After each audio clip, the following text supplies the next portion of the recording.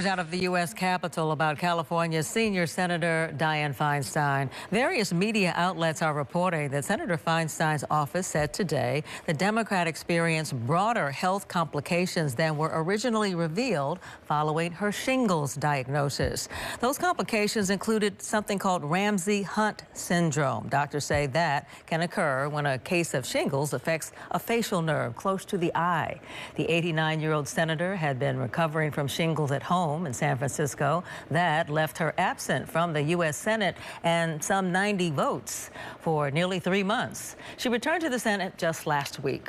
Senator Feinstein has already announced she will not seek another term, setting up a competitive Democratic primary to replace her. Some Democrats have called on Feinstein to resign from Congress because of her health situation, but she's been adamant that she's sticking around, at least for now. Joining us tonight to try to shed more light on this situation is political expert Robert Ovetz, a lecturer with San Jose State University. Thanks for joining us. You've heard what's going on with her, and there was even a report that she was suffering from encephalitis, which is a swelling of the brain. She did a recent interview with the LA Times where she apparently made reference that she had been in Washington the whole time doing votes when she was asked about missing votes. So this adds fuel to the fire of, is she capable? How do we deal with this situation? Because clearly she doesn't have to go if she doesn't want to go, right?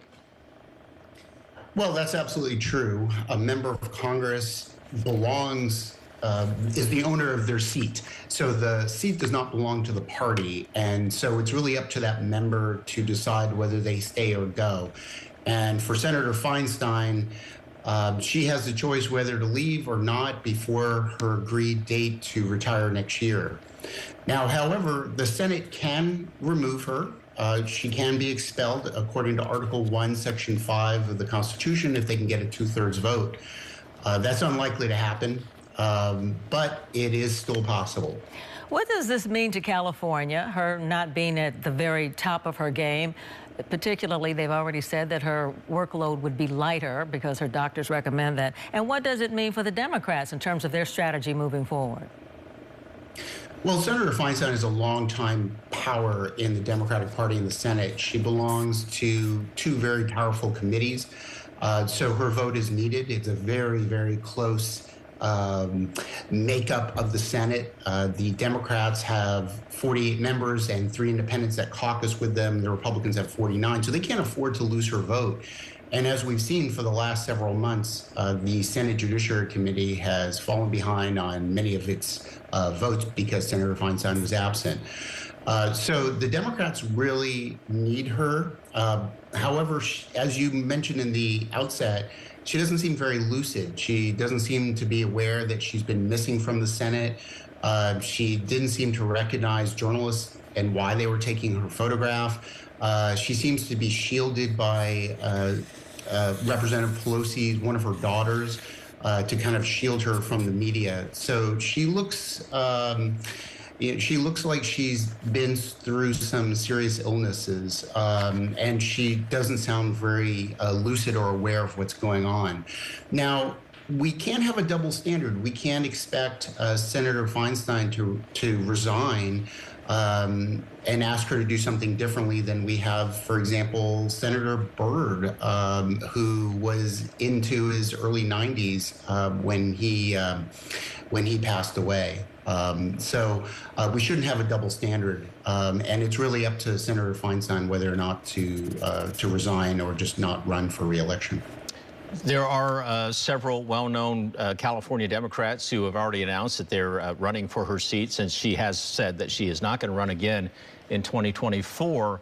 How does this change the dynamic? Nobody wants to come out and say they want her out before election time, right? I mean, there's a lot of, I don't know, they're trying to defer to her position. She's been there for so long and been such a leader in the party, but at the same time, they got to be anxious to try to get in there to try to kind of save that seat.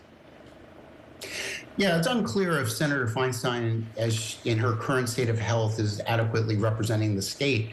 But then again, there's also the issue that Senator Feinstein is a pretty conservative Democrat. In fact, in a vote that was just held in the committee, she expressed sympathy with the police in a way that was very much out of line with a lot of her constituents' perspectives on issues with the police. So Senator Feinstein has been in the Senate for 3 decades and is considered to be really kind of out of step with the mainstream of the California Democratic Party. So, of course, as you mentioned, those who'd like to step into her place and have announced that they plan to run are not going to go as far as to call for her to resign.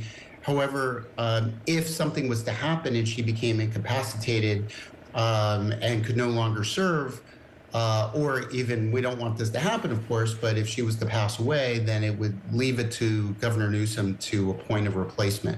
So that jockeying for who that would be has already begun. In a situation like this, where we know that her, health is challenged, how much is it likely that staff is really driving the total agenda?